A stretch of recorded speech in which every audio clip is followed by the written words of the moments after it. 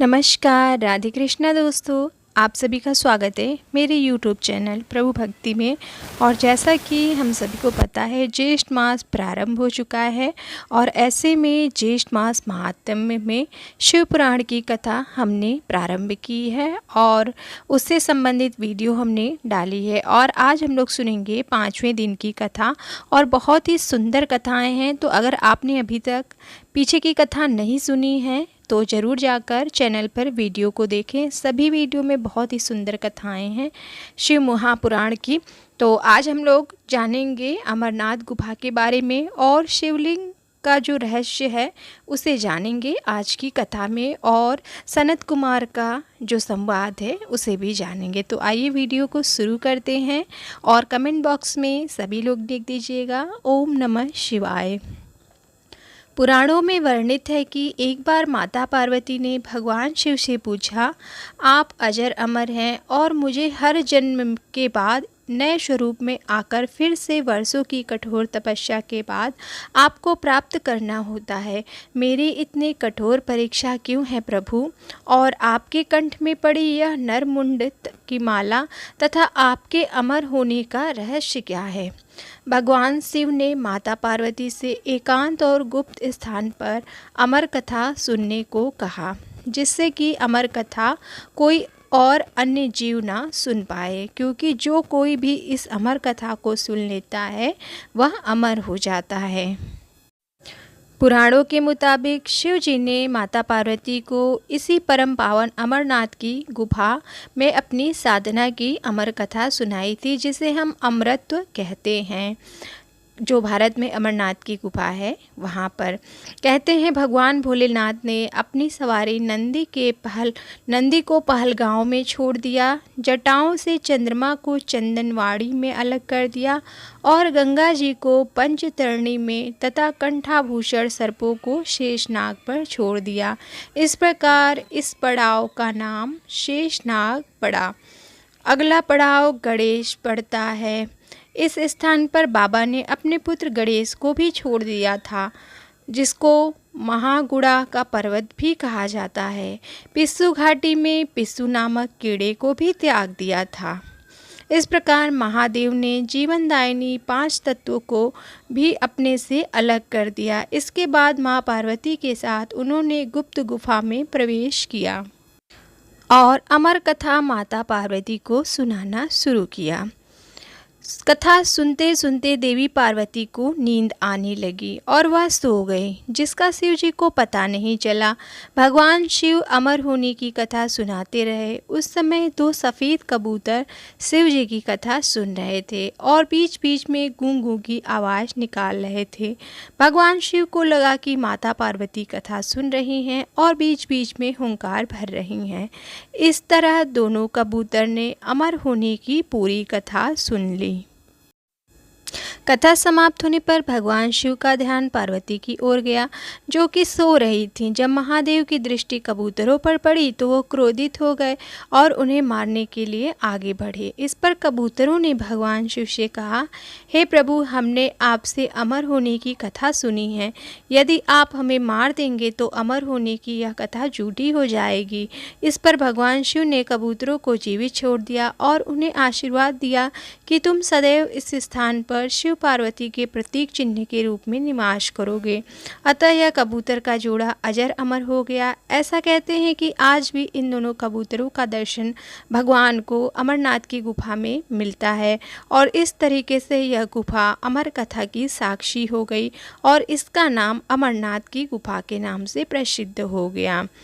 तो फ्रेंड्स, ये अमरनाथ गुफा से संबंधित जानकारी थी और बहुत ही सुंदर शिवजी और माता पार्वती की कथा भी थी। और आइए हम 5वें दिन की कथा शिव पुराण की सुनते हैं, जिसमें बताया गया है श्रवण कीर्तन और मनन साधनों की श्रेष्ठता। व्यास जी कहते हैं, सूत जी के वचनों को सुनकर सभी महर्षि बोले, भगवान आप वेद तुल्य अद्भुत एवं पुण्यमयी शिव पुराण की कथा सुनाइए। सूत जी ने कहा, हे महर्षिगण, आप कल्याणमय भगवान शिव का स्मरण करके वेद के सार से प्रकट शिव पुराण की अमृत कथा सुनिए। शिवपुराण में भक्ति, ज्ञान और वैराग्य का गान किया गया है। जब सृष्टि आरंभ हुई तो 6 कुलों के महर्षि आपस में वाद विवाद करने लगे कि अमुक वस्तु उत्कृष्ट है, अमुक उत्कृष्ट नहीं है। इस विवाद ने बड़ा स्वरूप धारण कर लिया तो सभी अपनी शंका के समाधान के लिए सृष्टि की रचना करने वाले अविनाशी ब्रह्मा जी के पास जाकर हाथ जोड़कर कहने लगे, हे प्रभु, आप संपूर्ण जगत को धारण कर उनका पोषण करने वाले हैं। प्रभु, हम जानना चाहते हैं कि संपूर्ण तत्वों से परे परातत्व पुरुष कौन है। ब्रह्मा जी ने कहा, ब्राह्मण, विष्णु, रुद्र और इंद्र आदि से युक्त संपूर्ण जगत समस्त भूतों एवं इंद्रियों के साथ पहले प्रकट हुआ है। वे देव महादेव ही सर्वज्ञ और संपूर्ण है। भक्ति से ही इनका साक्षात्कार होता है, दूसरे किसी उपाय से इनका दर्शन नहीं होता है। भगवान शिव में अटूट भक्ति मनुष्य को संसार बंधन से मुक्ति दिलाती है।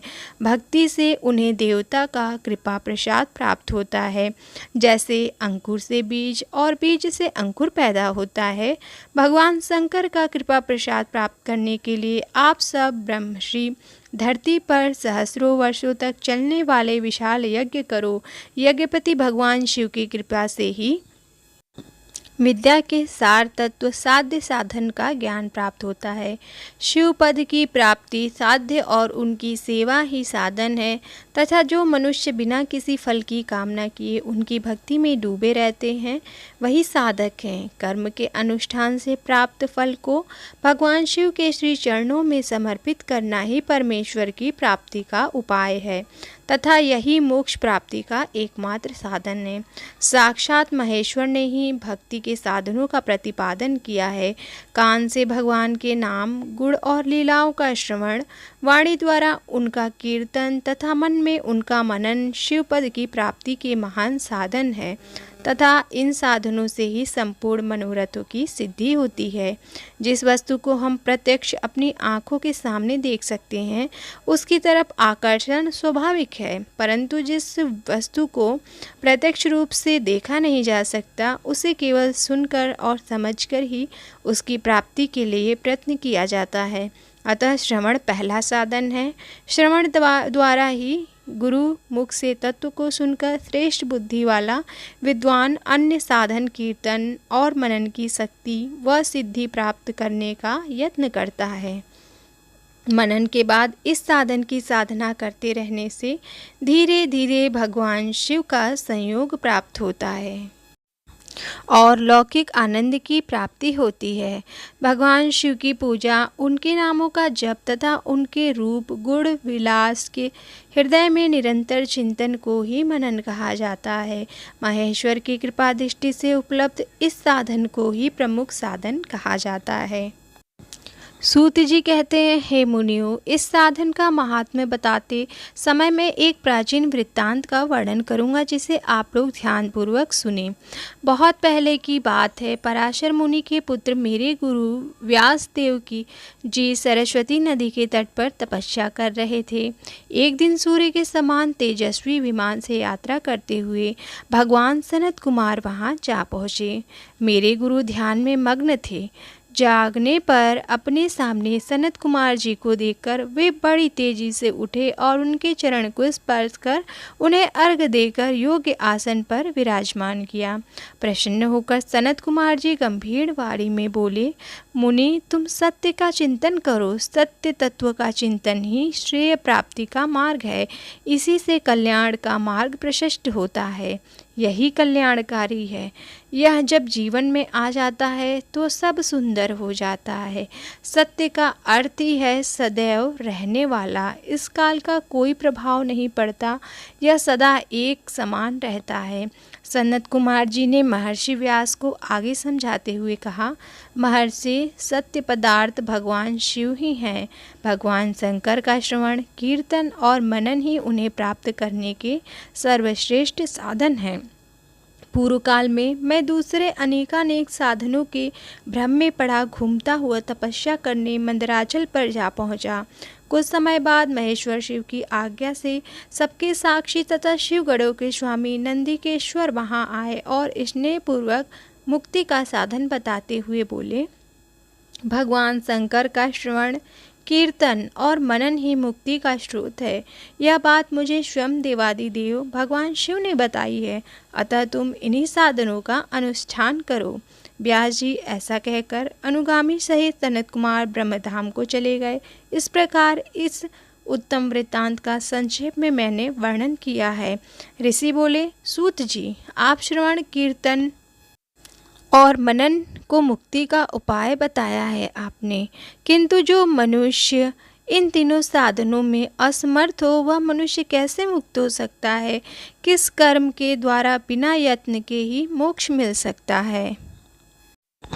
अब सूत जी कहते हैं, हे सौनक जी, श्रवण, कीर्तन और मनन जैसे साधनों को करना प्रत्येक के लिए सुगम नहीं है, इसलिए योग्य गुरु और आचार्य चाहिए। गुरुमुख से सुनाई गई वाणी मन की शंकाओं को दग्ध करती है। गुरुमुख से सुने शिव तत्व द्वारा शिव के रूप स्वरूप के दर्शन और गुणानुवाद से रसानुभूति होती है, तभी भक्त कीर्तन कर पाता है। यदि ऐसा कर पाना संभव न हो तो मोक्षार्थी को चाहिए कि वह भगवान शंकर के लिंग एवं मूर्ति की स्थापना करके रोज उनकी पूजा करे। इसे अपनाकर वह इस संसार सागर से पार हो सकता है। संसार सागर से पार होने के लिए इस तरह की पूजा आसानी से भक्तिपूर्वक की जा सकती है। अपनी शक्ति एवं सामर्थ्य के अनुसार धनराशि से शिवलिंग या शिव मूर्ति की स्थापना कर भक्तिभाव से उसकी पूजा करनी चाहिए। मंडप, गोपुर, तीर्थ, मठ एवं क्षेत्र की स्थापना कर उत्सव का आयोजन करना चाहिए तथा पुष्प, धूप, वस्त्र, गंध, दीप तथा पुआ और तरह तरह के भोजन नैवेद्य के रूप में अर्पित करना चाहिए। श्री शिव जी ब्रह्म स्वरूप और निष्फल अर्थात कला रहित हैं और कला सहित भी हैं। मनुष्य इन दोनों स्वरूपों की पूजा करते हैं। शंकर जी को ही ब्रह्म पदवी भी प्राप्त है। कलापूर्ण भगवान शिव की मूर्ति पूजा भी मनुष्य द्वारा की जाती है और वेदों ने भी इस तरह की पूजा की आज्ञा प्रदान की है। सनत कुमार जी ने पूछा, हे नंदिकेश्वर, पूर्व काल में उत्पन्न हुए लिंग बेर अर्थात मूर्ति की उत्पत्ति के संबंध में आप हमें विस्तार से बताएं। नंदिकेश्वर ने बताया, मनुष्य प्राचीन काल में एक बार ब्रह्मा और विष्णु के मध्य युद्ध हुआ तो उनके बीच स्तंभ रूप में शिवजी प्रकट हो गए। इस प्रकार उन्होंने पृथ्वी लोक का संरक्षण किया। उसी दिन से महादेव जी का लिंग के साथ साथ मूर्ति पूजन भी जगत में प्रचलित हो गया। अन्य देवताओं की साकार अर्थात मूर्ति पूजा होने लगी जो कि अभिष्ट फल प्रदान करने वाली थी, परंतु शिव जी के लिंग और मूर्ति दोनों रूप में ही पूजनीय है। तो आज की जो कथा है शिव पुराण की वो यहीं पे हम विराम देते हैं और अगले छठे दिन की कथा में आगे की कथा हम सुनाएंगे। तो आई होप आज की कथा आपको पसंद आई होगी और अमरनाथ से जुड़ी भी कथा आपको पसंद आई होगी। तो वीडियो को लाइक कर दीजिएगा। मिलते हैं हम नेक्स्ट वीडियो में अगली कथा के साथ। तब तक के लिए राधे राधे और सभी को ज्येष्ठ मास की हार्दिक शुभकामनाएं। ओम नमः शिवाय। हर हर महादेव।